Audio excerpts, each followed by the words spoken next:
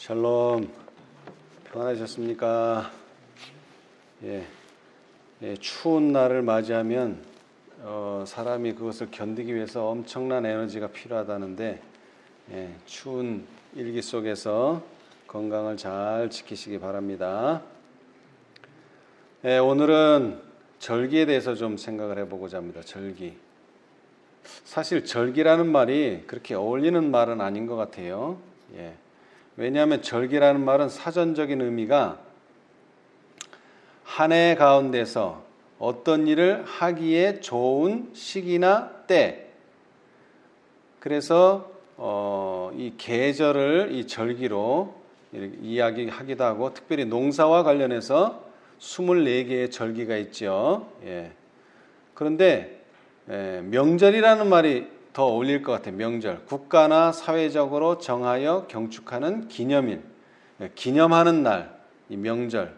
근데 성경은 명절이라는 단어보다는 절기라는 단어를 특별히 구약에서 많이 사용을 했습니다. 근데 이 절기가 여러 개가 있는데 그것을 다 요약해 놓은 곳이 바로 레위기 23장입니다. 레위기 23장. 레위기 23장. 여기에 모든 절기, 그러니까는 명절, 우리 그리스도인들이 기념해야 될 날들이 여기에 다 기록이 되어 있어요.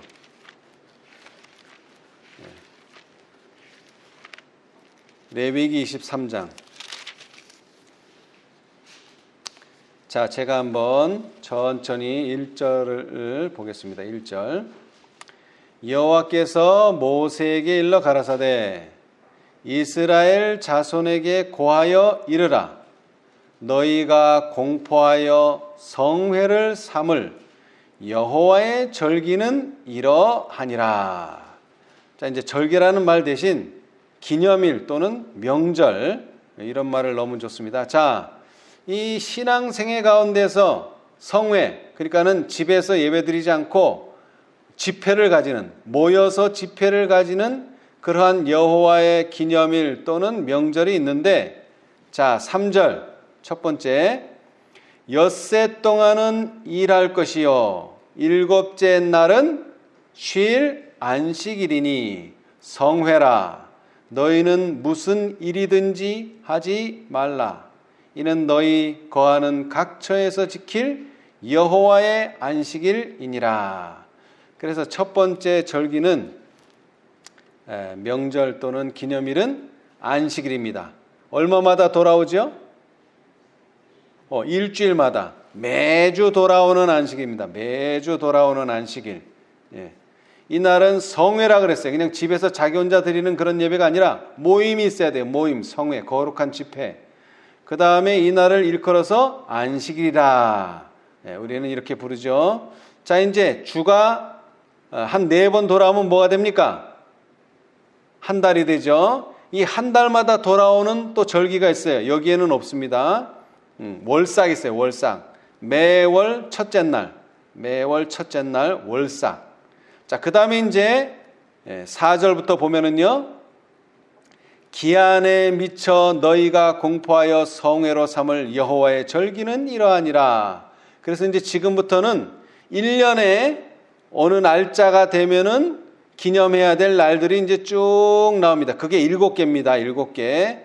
자, 첫 번째가 뭐죠? 5절. 정월 14일 저녁은 여호와의 무엇이요? 유월절이요. 이것이 첫 번째의 절기입니다. 보통 우리가 말하는 절기라고 말할 때의 명절, 기념해야 될 첫 번째. 1월 정월 1월 14일. 자, 그런데 참 재미있는 것은 이 유월절 날 예수님이 돌아가셨고, 그래서 이 유월절을 대단히 중요하게 생각하는데 성경은 딱 한 절만 묘사하고 있어요. 뭐라고요? 정월 14일 저녁은 여호와의 유월절이요. 그냥 이걸로 끝이에요. 뭐 더 이상 설명도 없고 아무것도 없어요. 그리고 이날은 이 7개의 절기에는 7날의 안식일이 있는데 이 유월절에는 안식일이 없어요. 그리고 두 번째, 이달 6절에요. 이달 15일은 자 14일 다음 날이 며칠이죠? 15일. 그러니까 6월절 다음 날 여호와의 무교절이니. 그런데 이 날은 이 명절은 하루가 아니에요. 하루가 아니에요. 3일도 아니에요. 7일, 일주일 동안이에요. 7일 동안 너희는 무교병을 먹을 것이요. 그 첫날에는 너희가 성회로 모이고 아무 노동도 하지 말지며. 자, 노동을 하지 말라는 뜻은 뭡니까? 이것이 절기이면서 뭐라고요? 안식일이다. 그러니까 무교절에는 안식일이 있어요. 6월절에는 안식일이 없고. 8절 너희는 7일 동안 여호와께 화제를 드릴 것이요 제7일에는 성회로 모이고 아무 노동도 하지 말지니라. 이건 또 무슨 얘기죠? 자, 첫째 날 일주일, 이 무교절은 일주일인데 첫째 날도 안식일, 그 다음에는요 마지막 날 제7일도 안식일. 그래서 안식일이 두 번 들었어요. 이 무교절은 안식일이 두 번 들었어요. 제일 첫째 날과 마지막 날. 예. 이것까지가 두 번째 절기입니다. 무교절까지가요. 예. 그래서 이 무교절은 세 절이 설명이 되어 있어요. 세 절. 6월절보다 더 많은 설명이 들어가 있어요. 자, 그 다음에 이제 9절. 여호와께서 모세에게 일러 가라사대 이스라엘 자손에게 고하여 이르라. 너희는 내가 너희에게 주는 땅에 들어가서 너희의 곡물을 거둘 때에 위선 너희의 곡물의 첫 이삭 한 단을 제사장에게로 가져갈 것이요 제사장은 너희를 위하여 그 단을 여호와 앞에 연납되도록 흔들어 안식일 이튿날에 흔들 것이요 너희가 그 단을 흔드는 날에 1년 되고 흠없는 수양을 번제로 여호와께 드리고 그 소재로는 기름 섞은 고운 가루 에바 10분의 1을 여호와께 드려 화제를 삼아 향기로운 냄새가 되게 하고 전제로는 포도주 흰 4분 1을 쓸 것이며 너희는 너희 하나님께 예물을 가져오는 그날까지 떡이든 볶은 곡식이든지 생 이삭이든지 먹지 말지니 이는 너희가 그 거하는 각 처에서 대대로 지킬 영원한 규례니라. 자, 이것은 뭐에 대해 어떤 절기에 대한 묘사입니까? 세 번째, 무교절 다음에 오는 절기가 뭐죠? 초실절. 그런데 안타깝게도 성경에는 초실절이라는 단어가 없어요. 물론 우리 과정공부에서 배웠지만 출애굽기 34장 22절에 초실절이 있지만 이 초실절은 우리가 생각하는 그런 초실절이 아니고요. 77절 곧 맥추의 초실절, 그러니까는 우리가 보통 말하는 오순절을 말하는 거예요. 지금 우리가 말하는 초실절은 오순절이 아니고요. 무교절 다음 날이에요. 무교절 다음 날. 네, 무교절 다음 날. 그렇죠?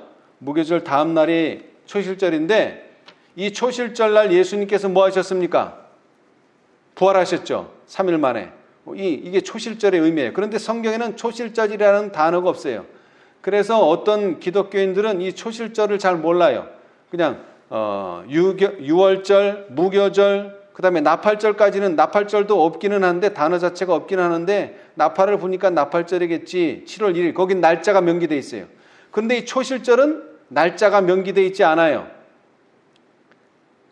그래서 사람들이 이 초실절을 잘 모르는 경우가 있지만 분명히 초실절은 있습니다. 근데 이 초실절이 언제인지를 규정해 주는 게 다음 절기 77절 또는 오순절에서 그 초실절이 우리가 생각하는 그 초실절이 언제인지가 나와 있어요. 자, 15절을 읽어보겠습니다.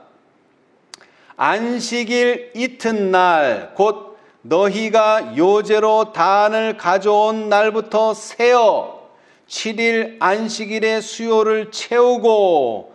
자, 이 77은 왜 77입니까? 왜 77이에요? 이 안식일 이튿날부터 얼마를 지나가죠? 7주를 지나가기 때문에 77이에요. 7주. 그러니까 일주일이 7일이잖아요. 그러니까 7일을 7번 한다. 그래서 77절이에요. 그래서 구약에는 오순절이라는 단어가 또 없어요. 77절만 있어요. 또는 77절이라는 말밖에 없어요. 그런데 이게 신약에 오면서 49일이 지나고 50번째 되는 날이라 그래서 오순절이에요. 오순절. 근데 이 계산, 이 77을 49일을 계산하는 그 기둥이 뭐라고요? 안식일 이튿날. 자, 안식일은 언제 있다 그랬죠? 이것은 제7일 안식일을 말하는 게 아니라 무교절의 첫 번째 안식일 다음 날이에요. 그러니까는 14일은 유월절, 15일은 무교절로 해서 일주일 동안 계속되고, 그 다음에 무교절의 첫째 날 다음 날, 안식일 다음 날 16일이 무슨 날이라고요? 초실절이라는 얘기입니다. 초실절. 그런데 재미있는 사실은요, 자, 1월 14일 되면 유월절 지켜야 돼요. 1월 15일 되면 무교절 지켜야 돼요. 그 다음에 7월 1일 되면 나팔절 지켜야 돼요. 7월 10일 되면 속죄일 지켜야 돼요. 그 다음에 수장절은 7월 15일 되면 또 8일 동안 지켜야 돼요. 다른 건 다 날짜가 있어요. 그런데 이 초실절과 칠실절은 날짜가 없어요. 근데 그 이유가 나와요. 자, 다시 한번 초실절을 보면 10절에요. 이스라엘 자손에게 고하여 이르라. 너희는 내가 너희에게 주는 땅에 들어가서 너희의 공물을 거둘 때 뭐를 지키라고요? 초실절을 지켜라 돼 있어요. 자, 다시 말하면 광야 40년 동안은 뭐를 안 지켰다는 거예요? 광야 40년 동안 뭐를 안 지켰죠? 초실절과 오순절을 지키지 않았어요. 왜? 내가 너희에게 주는 땅에 들어가서 이 절기를 지키라고 했기 때문에 땅에 들어가기 전까지는 38년, 40년이 되기 전까지는 이 절기는 지킬래야 지킬 수가 없어요. 그렇죠? 왜? 내가 너희에게 주는 땅에 들어가서 너희의 공물을 거둘 때 그제서야 비로소 이 절기를 지킬 수가 있기 때문에 그래요. 그 전에는 이 절기를 지킬 수가 없어요. 자, 그래서 이 초실절과 칠칠절은 가나안 땅에 들어가서야만 지킬 수가 있었습니다. 그러나 성경을 읽어보면 유월절 예식이 가데스 바네아에서 반역한 이후로 지키지 못했지만 세례 시내가에 가서 요단강을 건너기 전에 이제 그때서부터 뭐를 지키기 시작했어요? 다시 이 유월절을 지키기 시작했어요. 자, 그 다음에는 칠칠절인데요. 안식일 이튿날, 그러니까 초실절, 곧 너희가 요제로 단을 가져온 날부터 세어 7안식일의 수요를 채우고 제7 안식일 이튿날까지 합 50일을 계수하여 새 소제를 여호와께 드리되 너희 처소에서 에바 10분 2로 만든 떡 2개를 가져다가 흔들지니 이는 고운 가루에 누룩을 넣어서 구운 것이요 이는 첫 요제로 여호와께 드리는 것이며 너희는 또 이 떡과 함께 1년 되고 흠없는 어린 양 7과 젊은 수소 하나와 수양 2를 드리되 이들을 그 소제와 그 전제와 함께 여호와께 드려서 번제를 삼을지니 이는 화제라 여호와께 향기로운 냄새며 또 수염소 하나로 속죄제를 드리며 1년 된 어린 양 수양 2를 화목제의 희생으로 드릴 것이요 제사장은 그 첫 이삭의 떡과 함께 그 2 어린 양을 여호와 앞에 흔들어 요제를 삼을 것이요 이것들은 여호와께 드리는 성물인즉 제사장에게 돌릴 것이며 이날에 너희는 너희 중에 성회를 공포하고 아무 노동도 하지 말지니 이는 너희가 그 거하는 각 처에서 대대로 지킬 영원한 규례니라. 그래서 이 칠칠절 오순절도 안식일입니다. 안식일. 너희 땅에 곡물 벨 때에 밭 모퉁이까지 다 베지 말며 떨어진 진을 줍지 말고 너는 그것을 가난한 자와 객을 위하여 버려두라. 나는 너희 하나님 여호와니라. 이것이 오순절에 우리가 행할 일이에요. 자, 아까도 말했지만 초실절도 열매를 가지고 드리는 제사고 칠칠절도 열매를 가지고 드리는 제사인데 1월 16일 날 드리는 초실절은 보리의 추수예요. 보리. 그런데 칠칠절의 추수는 밀입니다. 밀. 예, 곡식이 달라요. 곡식이. 예. 자, 그 다음에 이제 23절. 여호와께서 모세에게 일러 가라사대 이스라엘 자손에게 고하여 이르라 7월 곧 그 달 1일로 안식일을 삼을지니 이는 나팔을 불어 기념할 날이요 성회라 아무 노동도 하지 말고 여호와께 화제를 드릴지니라. 그래서 이 날이 우리가 보통 말하는 나팔절입니다. 그런데 나팔절이라는 단어 자체도 성경에는 없습니다. 예. 그러나 이날 아무 노동도 하지 말라 그랬기 때문에 이날도 안식일입니다. 나팔절도 안식일이에요.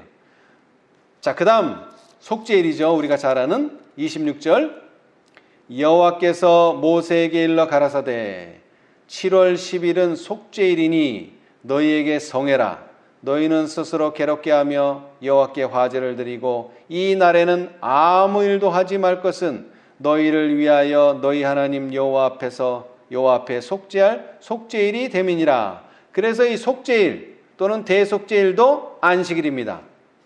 이 날에 스스로 괴롭게 하지 아니하는 자는 그 백성 중에서 끊쳐질 것이라. 다른 절기와 다르게 이 속죄일에는 경고가 들어있어요. 이 날 스스로 괴롭게 하지 아니하는 자는 그 백성 중에서 끊쳐진다고 하는 하나의 경고가 들어있어요.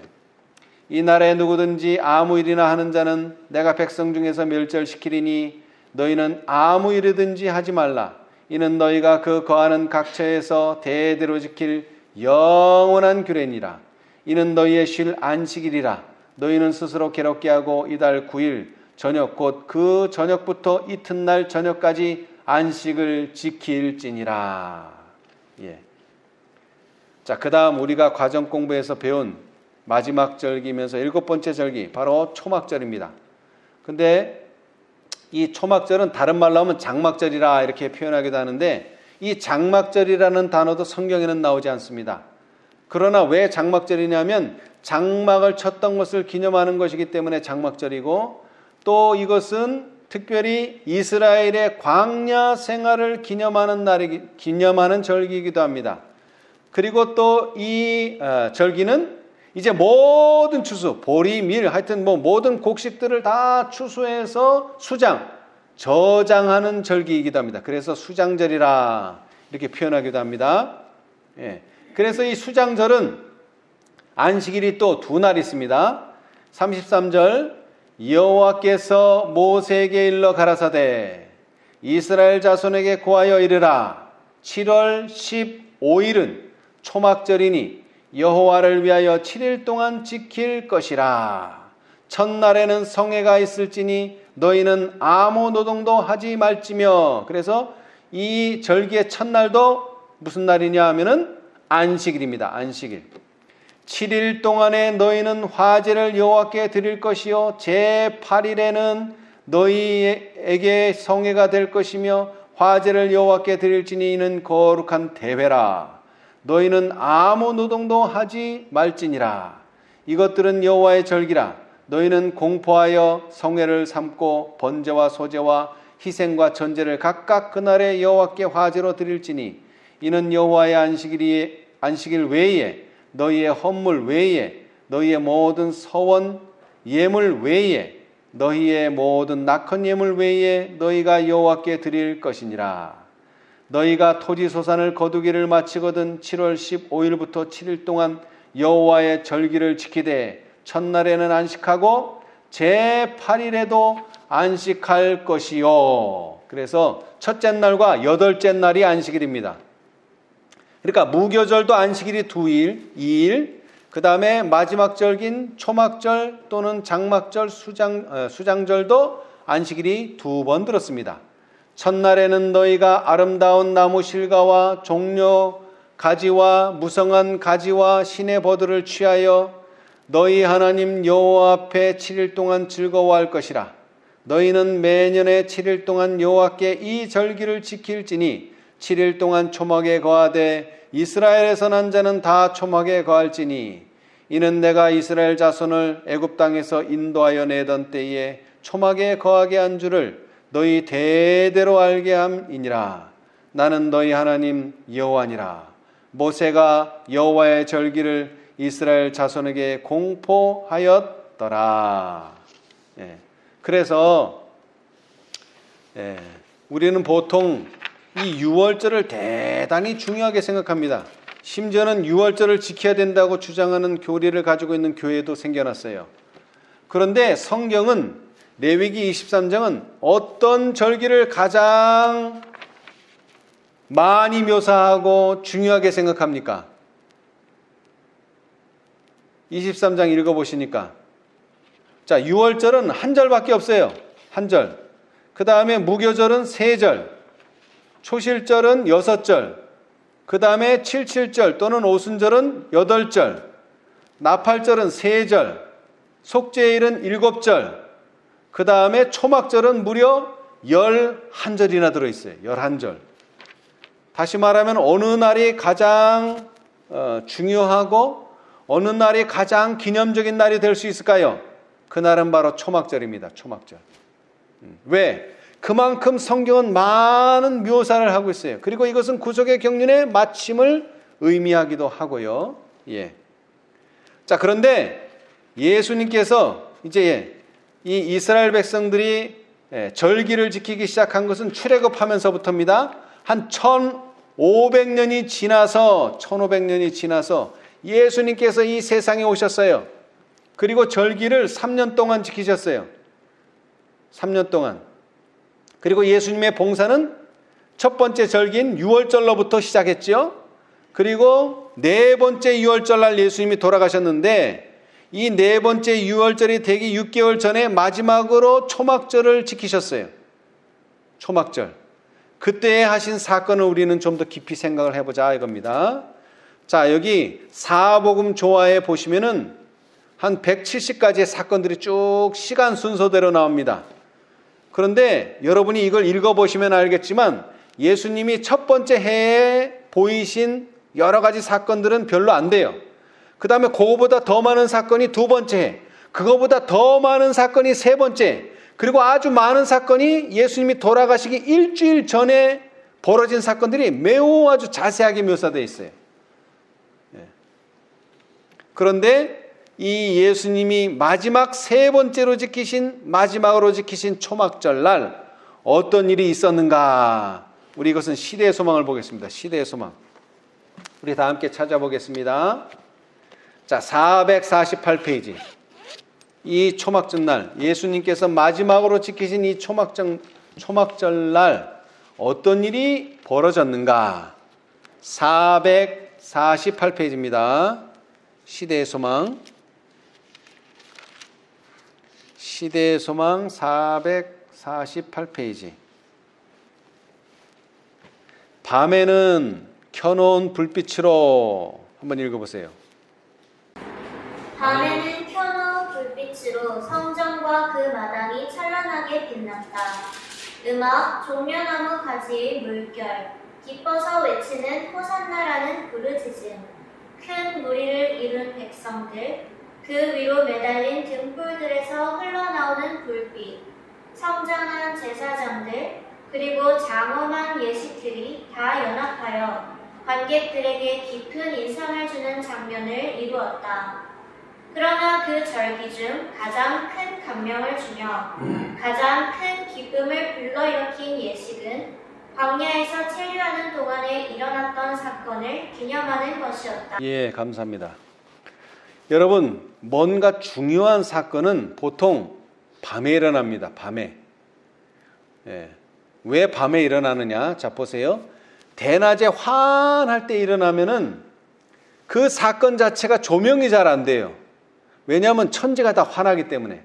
그런데 밤이라고 하는 것은 모든 배경이 새카만데 거기에서 어떤 한 사건, 특히 여기 불빛을 통해서 벌어지는 이 한 사건이 조명이 되잖아요. 그러면 이게 인상이 매우 깊어요. 그래서 열처녀 비유에도 보면은 이 혼인 예식이 낮에도 있을 수 있어요. 그런데 이 혼인 예식은 보통 밤에 있어요. 왜? 모든 어두움 가운데서 불빛에서만 그 일이 이루어지면 모든 사람의 시선이 거기에 고정되고 그 불빛에서 이루어지는 사건이 매우 인상적으로 머릿속에 남아요. 마찬가지로 이 초막절 날도 낮에도 행사가 있겠죠. 그러나 낮의 행사보단 이 밤의 행사가 더 인상적이었어요. 왜냐하면 보통 때는 밤에 불 피우고 이런 걸 안 하기 때문에. 그래서 아주 중요한 사건이 일어나는데 특별히 광야에서 체류하는 동안 일어났던 사건을 기념합니다. 여기는 그냥 일반적으로 썼어요. 그 사건의 구체적인 사건은 이제 뒤에 가면 나오는데, 자, 그 다음 이제 단락 한번 읽어보세요. 첫날 동이틀 무렵 제사장들이 은나팔을 들고 드높게 불면 화답하는 나팔 소리와 저희 장막에서 외치는 백성들의 즐거운 환호성이 들과 골짜기에 메아리치며 축제일을 환영하였다. 그때 제사장은 기드론 시내에 흐르는 물에서 항아리에 물을 담아 높이 들고 나팔이 울리는 가운데 음악에 발맞추어 천천히 조심스럽게 넓은 성전 계단을 올라가면서 오 예루살렘아 우리 발이 내 성문 안에 섰도다 라는 노래를 읊조렸다. 예, 감사합니다. 자, 그 다음에 이제 이것은 밤중에 일어나는 사건들이었고 이제는 절기의 첫날 동이 틀 무렵, 그러니까 새벽이 되겠죠. 먼 곳에서 동이 틀려고 할 때 나팔을 붑니다. 뭐를 기념하기 위해서? 이제 뭐가 시작되었다고요? 뭐가 시작되었다고요? 초막절이 시작되었다고 하는 알림을 주는 은나팔이 쫙 불면 뭐를 합니까? 제사장들은 기드론에서 물을 길어다가 항아리에 물을 담아서 그 물을 가지고 어디로 올라가요? 성전 계단을 통해서 올라가요. 그렇죠? 뭐 하려고요? 그 물에다가 물 항아리에다가 물을 담으려고. 자, 제사장은 다음 단락입니다.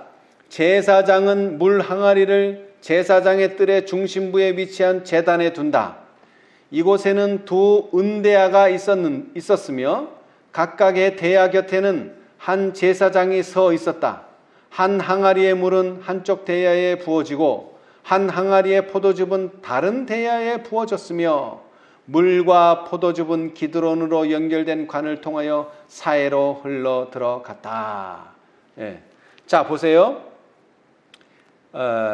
이제 두 항아리가 있고 두 대야가 있어요. 근데 거기에는 각각 다른 것들이 담겨져 있어요. 하나는 물, 하나는 포도즙. 그래서 한쪽에서 물을 담은 대야, 또 한쪽에서는 포도즙을 담은 대야를 가지고 와서 기드론으로 연결된 관을 통해서 거기다가 물과 포도즙을 부어요. 그러면 이게 섞이면서 어디로 흘러 들어갑니까? 관을 통하여 갈릴리를 지나서 사해 바다. 이 사해의 뜻이 뭐죠? 사해. 어떤 바다입니까 이게? 소금이 너무나, 염분이 너무나 많아가지고 그 바다에는 생명체가 살 수 없어요. 물고기가 한 마리도 없어요. 한마디로 얘기해서. 그러니까 죽은 바다죠. 그래서 사해예요. 죽은 바다. 그런데 이 물과 포도즙은 이 사해를 뭐로 만들 수 있을까요? 죽은 바다가 아닌 살아있는 바다로 만들 수 있습니다. 이렇게 나타내 보이는 성수는 하나님의 명령으로 이스라엘 자손의 갈증을 해소시키기 위하여 반석에서 솟아나온 샘물을 상징하였다. 여러분, 예수님께서 자신의 피를 뭐라고 상징했죠? 너희의 음료라. 음료라 그랬어요. 물이 예수님의 음료도 되고요. 생명수. 이 초막절에서는 생명수를 강조하셨는데 십자가에서 달리시기 전에 예수님의 제자들에게는 포도즙을 주시면서 이것은 나의 피라. 너희를 위하여 주는 나의 피라. 라고 말씀하셨어요. 이 두 가지는 같은 의미입니다. 그러나 두 번 사용된 것은 우리에게 영원한 생명을 주겠다는 완전한 약속이기 때문에 그래요. 하나로는 부족하다는 것이죠. 뭐든지 짝이 돼야 돼요. 확증을 해줘야 돼요. 그래서 물과 포도즙을 이날 흘려서 죽어가는이 아니라 죽어있는 사해 바다로 흘러 들어가는데 그 사해 바다가 이 물과 포도즙을 통해서는 무슨 바다가 될 수 있다고요? 살아있는 바다, 물고기가 살 수 있는 바다가 될 수 있다는 것입니다. 이렇게 하면은 그때에 환호하는 노래가 다음과 같이 터져나왔다. 주 여호와는 나의 힘이시며 나의 노래시며 나의 구원이심이라. 그러므로 너희가 기쁨으로 구원의 우물에서 물을 기르리로다. 아멘. 자, 여기서 물과 포도즙을 나누어 줬다는 것은 그 예식에 참여한 모든 사람들에게 무엇을 나누어 주신다고요? 물과 포도즙을 나누어 주신다는 그런 의미이기도 합니다. 예. 자, 그런데 아까도 말했지만 광야에서 체류하는 동안 일어났던 사건을 기념한다라고 그냥 뭉뚱그려서 얘기했는데, 자, 이제 좀 더 내려가면은요, 자, 454페이지, 시대소망 454페이지. 를 보시면 그 사건이 정확히 꼬집어서 어떤 사건인지를 말해줍니다. 그날 아침에 제사장은, 자, 구속역사 787페이지 오른쪽 단 맨 위에 그날 아침에 제사장은, 그날 아침에 제사장은 광야에서 반석을 친 이를 기념하는 예식을 집행하였다. 이 반석은 당신의 죽으심으로 구원의 산 시내를 열어서 목마른 자에게 흘러가게 할 부분을 상징하는 것이었다. 그리스도의 말씀은 생명수였다. 모인 군중들 앞에서 그분은 생명수가 온 세계에 흘러갈 수 있도록 당신 자신을 따로 세워 침을 담게 하셨다. 그리스도를 침으로써 사단은 생명의 왕을 멸할 수 있다고 생각하였으나 메맞은 반석에서는 생수가 흘러나온다. 예수께서 백성들에게 그와 같이 말씀하셨을 때에 그들의 마음은 이상한 경외심으로 감동을 받았으며 많은 사람들이 사마리아 여인처럼 이런 물을 내게 주사 목마르지 않게 하옵소서라고 부르짖게 되었다. 아멘. 자, 여기서 말하는 근데 이 물이요, 지금 이 사건, 이 초막절은 광야 40년 동안 그들이 장막을 치고 초막을 치면서 살았던 것을 일반적으로 대표하지만 특별히 꼬집어서 어떤 사건을 말하고자 하느냐면, 제사장은 광야에서 반석을 친 일을 기념하는 예식을 집행했다고 분명히 말하고 있어요. 반석을 친 일이 바로 이 초막절이 가리키는 가장 핵심적인 사건이에요. 왜? 이 반석은 당신의 죽으심으로 구원의 산 시내가 열렸다는 것이죠. 그렇죠? 예. 그래서 이 예식이 가리키는 것은 뭐냐? 그리스도의 말씀은 생명수였다는 것입니다. 뭐가 생명수라고요? 그리스도의 말씀이 생명수라는 겁니다. 그리스도의 말씀이. 예. 그리고 그 그리스도는 반석을 칠 때에만 뭐가 나온다는 거예요? 물이 나온다는 거예요. 물이. 반석을 치지 않으면 나오지 않아요. 근데 몇 번 쳐야 됩니까? 몇 번 쳐야 돼요? 반석을 딱 한 번만 쳐야 돼요. 그런데 누가 두 번 쳤죠? 모세가. 네.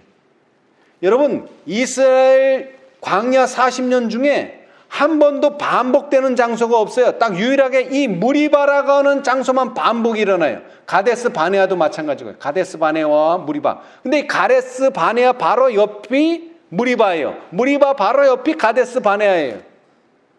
그래서 이 두 장소만 겹치지 다른 장소는 전부 다 한 번씩만 갔어요. 그런데 왜 이곳에서 두 번의 기회가 주어지느냐 하면 바로 이스라엘의 멸망과도 관련이 있어요. 이스라엘이 멸망되는 첫 번째 이유는 예수님을 십자가에 못 박은 것이고요. 7년을 주어졌는데 그들에게 은혜의 시기가, 그 다음에 그것을 확정 지은 것은 스데반을 돌로 쳤을 때 두 번의 기회를 놓쳤기 때문에 완전히 멸망이 실행된 거예요. 근데 마찬가지예요. 이스라엘 백성들도 두 번의 기회가 있었어요. 어디에서? 무리바에서. 첫 번째는, 자, 출애굽기 17장을 보겠습니다. 홍해를 건너자마자 이제 제일 먼저 당하는 시련이 바로 물부족입니다. 물부족. 출애굽기 17장. 출애굽기 17장. 그래서 그때에 예수님께서는 바로 초막절에 행하신 똑같은 상징으로서 반석을 침으로써 물을 주셨어요. 자, 1절로부터 7절 누가 한번 읽어보세요. 천천히. 출애굽기 17장 1절에서 7절까지. 이스라엘 자손의 온 회중이 여호와의 명령대로 신 광야에서 떠나 그의 노정대로 행하여 르비딤의 장막을 쳤으나 백성이 마실 물이 없는지라. 백성이 모세와 다투어 가로되 우리에게 물을 주어 마시게 하라. 모세가 그들에게 이르되 너희가 어찌하여 나와 다투느냐? 너희가 어찌하여 여호와를 시험하느냐? 거기서 백성이 물에 가라매 그들이 모세를 대하여 원망하여 가로되 당신이 어찌하여 우리를 애굽에서 인도하여 내어서 우리와 우리 자녀와 우리 생축으로 목마르다 죽게 하느냐? 모세가 여호와께 돌을 지져 가로되 내가 이 백성에게 어떻게 하리이까? 그들이 얼마 아니면 내게 돌질하겠나이다. 여호와께서 모세에게 이르시되 백성을 앞을 지나가서 이스라엘 장로들을 데리고 하수를 찌던 내 지팡이를 손에 잡고 가라. 내가 거기서 호렙산 반석 위에 너를 대하여 서리니 너는 반석을 치라. 그것에서 물이 나리니 백성이 마시리라. 모세가 이스라엘 장로들의 목전에서 그대로 행하니라.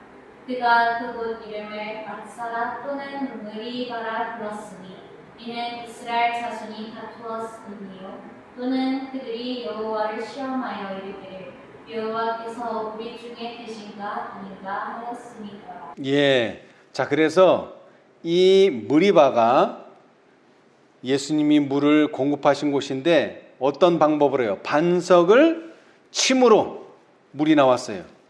그런데 또 이제 이스라엘이 광야 생활을 계속 하다 보니까 또다시 물이 필요한 때가 왔어요. 네, 물이 필요한 때가. 근데 그것도 어디예요? 그것도 무리바예요. 네, 그것도 무리바. 자, 이것은 민수기에 나옵니다. 민수기 20장.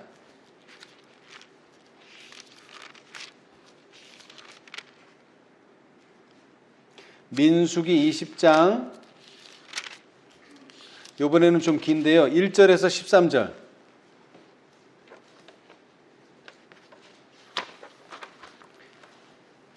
민수기 20장 1절에서부터 13절까지를 한번 천천히 읽어보세요.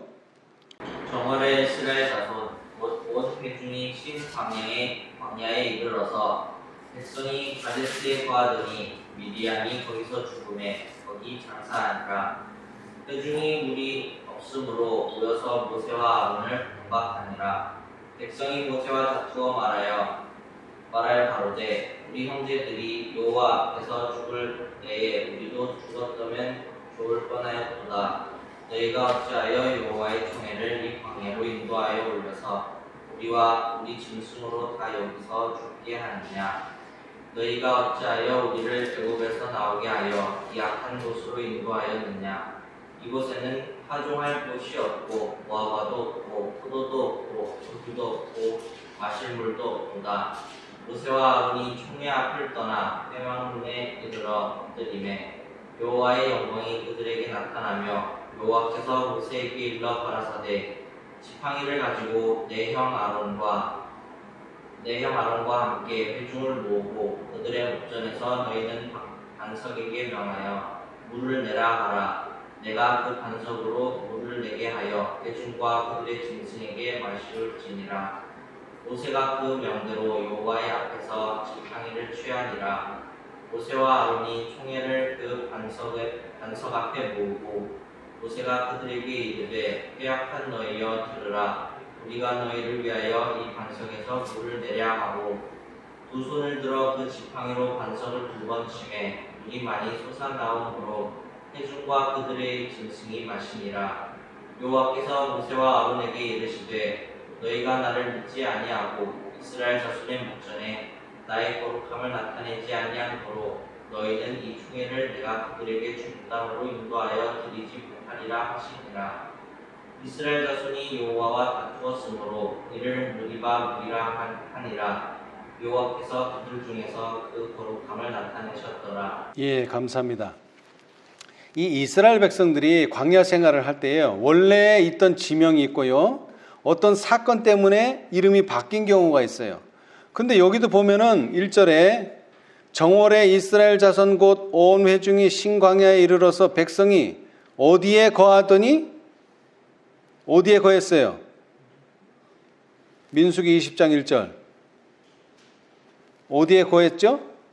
가데스에 거하더니 회중이, 근데 그 가데스에서 무슨 일이 벌어졌냐? 회중이 물이 없으므로 모여서 이렇게 해가지고 여호와께서 회중에게 어떻게 하라 그랬어요?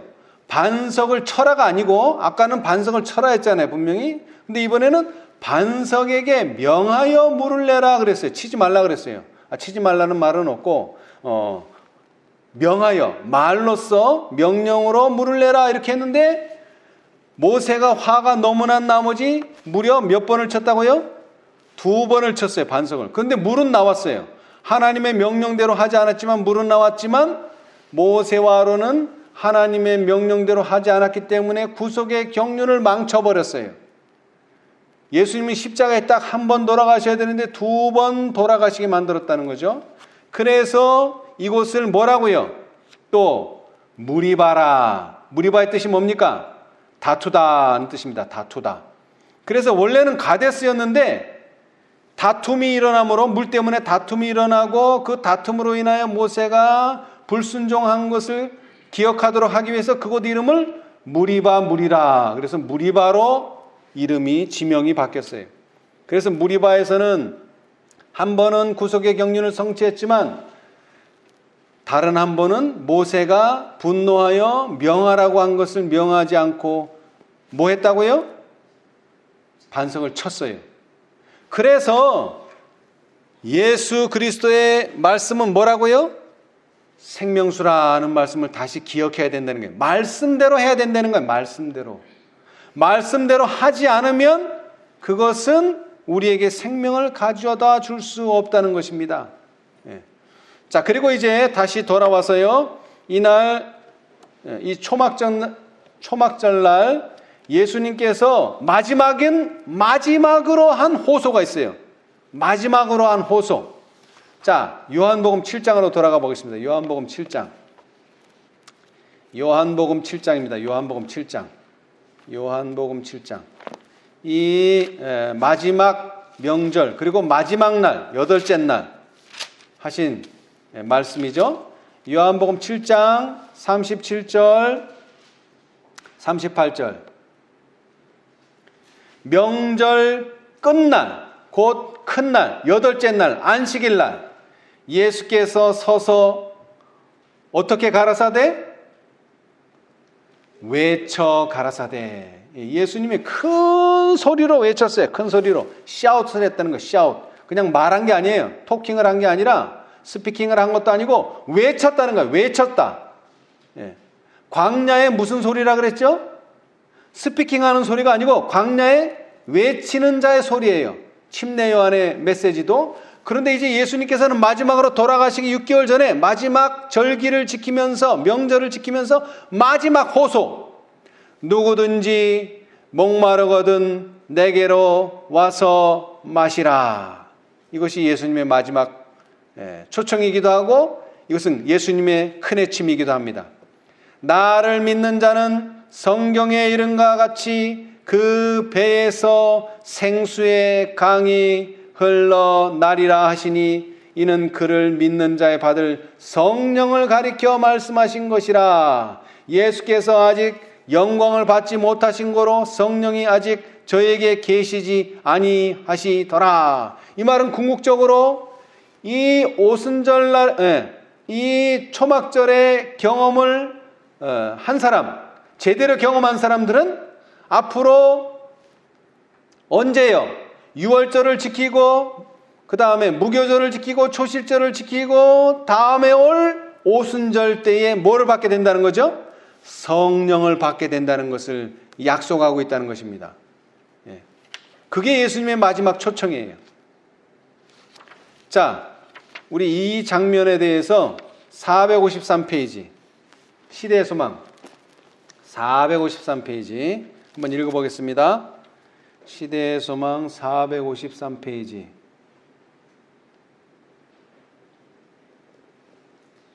예수께서는 명절의 큰 날 마지막까지 매일, 자 여기에 보시면은 저는 채널에서 가져왔는데 약간 틀리네요. 예수께서가 아니라 그분께서는 명절의 큰 날 마지막까지 매일 백성들을 가르치셨다. 7일 동안, 8일 동안 계속 가르치시고 마지막 날, 큰 날, 이날 아침 백성들은 지루한 축제 절기에 지쳐 있었다. 8일 동안 계속 그 절기를 하니까 좀 피곤하겠죠. 근데 왜 피곤하냐면 거기서 뭔가 영적인 유익을 얻었더라면 피곤하지 않았겠죠. 그러나 이 유대인들은 절기를 지키기는 지키는데 아주 형식적으로 지켰어요. 그래서 예수님께서 이제 마지막 날, 마지막 호소, 그러나 큰 음성으로 호소하십니다. 예수님은 갑자기 성전 마당을 다 울릴 만큼 큰 음성으로 누구든지 목마르거든 내게로 와서 마시라. 나를 믿는 자는 성경의 이름과 같이 그 배에서 생수의 강이 흘러나리라고 말씀하셨다. 백성들이 처한 형편이 이 호소를 매우 힘있게 하였는데 그 이유는 뭐예요? 지금 이 8일 동안 이 예식에 참여했지만 뭐가 없어요? 심령의 결핍을 채워주지 못했어요. 비단 이 예식뿐만 아니래요. 6개월 전, 그러니까 봄부터 있었던 절기, 6월절서부터 무교절, 초실절, 오순절, 나팔절, 속죄일, 그 다음에 지금 우리가 지키고 있는 이 초실절까지 다 예식에 참여했지만 이 모든 의식들 가운데 심령의 결핍을 채워주거나 쇠하지 않을 영혼의 갈증을 만족시켜주는 것은 아무것도 없었다. 그래서 갈증을 느끼고 있을 때에 뭐라고 하셨어요? 누구든지 목마르거든 내게로 와서 마시라. 이 말씀을 하셨다는 거예요.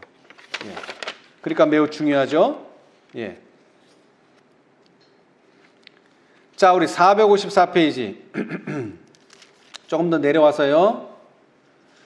자, 구속의 역사 787페이지 오른쪽 단 맨 밑에 목마른 영혼에게 하신 그리스도의 외침은 여전히 울려나고 있으며 명절 마지막 날 성전에서 그 외침을 들은 자들에게 보다도 더 큰 능력으로 우리에게 호소한다. 샘은 모든 사람들을 위하여 열려 있다. 피곤하고 목마른 자들에게 영원한 생명의 신선한 물이 제공된다.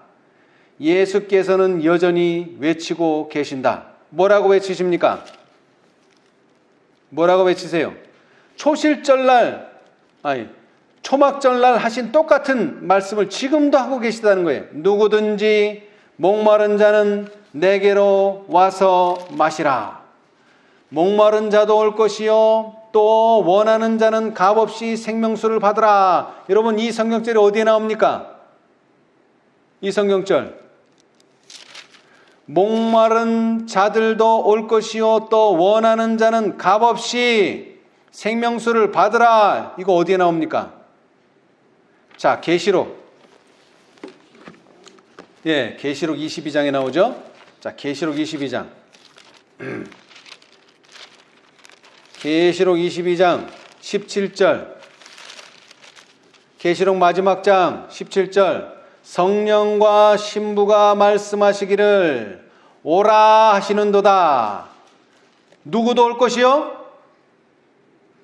첫 번째, 듣는 자도 오라 할 것이요. 그 다음에는요, 목마른 자도 올 것이요. 또 그 다음에는요, 원하는 자는 값없이 생명수를 받으라 하시더라. 아멘. 여러분, 이 외침은 특별히 계시록에 기록된 대로 마지막 사건, 예수님 재림 직전에 있을 사건에 대한 묘사입니다. 초막절이 마지막이었던 것처럼 예수님이 재림하시기 직전에 들어야 될 말씀, 큰 외침, 예수님의 가장 큰 외침은 뭐라고요? 듣는 자도 오라 할 것이요 목마른 자도 올 것이요 또 원하는 자는 값없이 생명수를 받으라. 이것이 예수님의 큰 외침입니다. 그리고 오늘날 큰 외침이기도 하고요.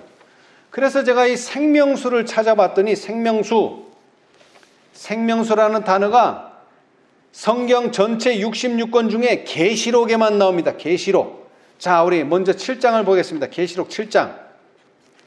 누가 한번 읽어보세요. 계시록 7장 17절. 생명수라는 말은 계시록에만 나옵니다.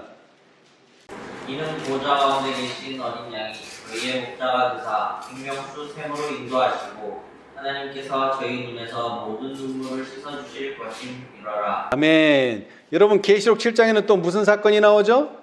계시록 7장 14만 4천인에 대한 기사가 들어있어요. 근데 거기에서의 초청도 뭐라고요?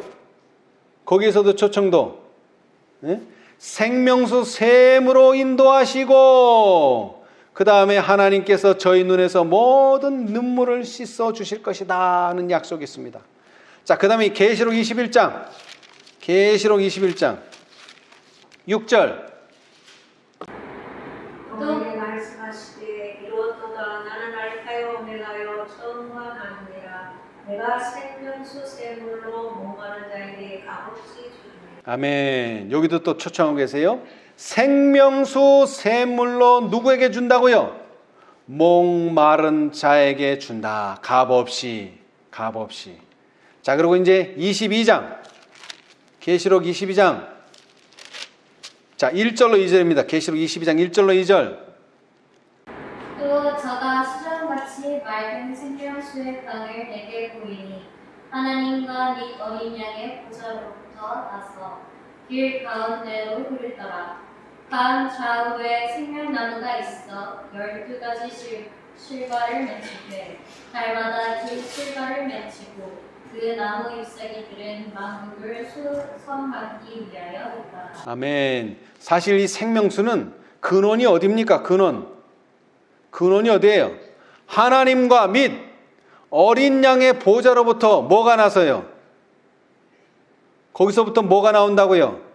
생명수의 강이 흘러나와서 강 좌우에는 뭐가 있고요? 생명나무가 있고 그 생명나무는 12가실 매달 한 가지 과실씨를 맺고 그 다음에 그 실과는 매달 먹을 것이고 또 그 나무의 잎사귀는요 만국을 소성하기 위하여 있더라. 여러분, 모든 근원은 생명수로부터 시작됩니다. 생명수로 시작돼서 생명나무로 가고 그 생명나무의 잎사귀는 만국을 소성하게 한다 그랬어요. 그리고 마지막으로 초청이 성령과 17절 22장 17절 성령과 신부가 말씀하시기를 오라 하시는도다. 듣는 자도 오라 할 것이요 목마른 자도 올 것이요 원하는 자는 값없이 생명수를 받으라 하시더라. 오늘 이 시간 우리 모두는 이 성령과 신부가 하시는 초청, 듣는 자도 오라 할 것이요 목마른 자도 올 것이요 또 원하는 자는 값없이 생명수를 받으라는 이 초청에 응하게 되시기를 바랍니다. 그래서 먼저 큰 외침을 통한 늦은 비 성령의 충만함을 입고 이제 구원 얻은 백성들은 하늘에 가서 정말로 하나님과 어린 양의 보좌로부터 나오는 그 생명수를 마시게 될 것입니다. 우리 모두 이 놀라운 초청에 응하게 되시는 저와 여러분이 되시기를 간절히 바라면서 오늘 말씀 마치겠습니다.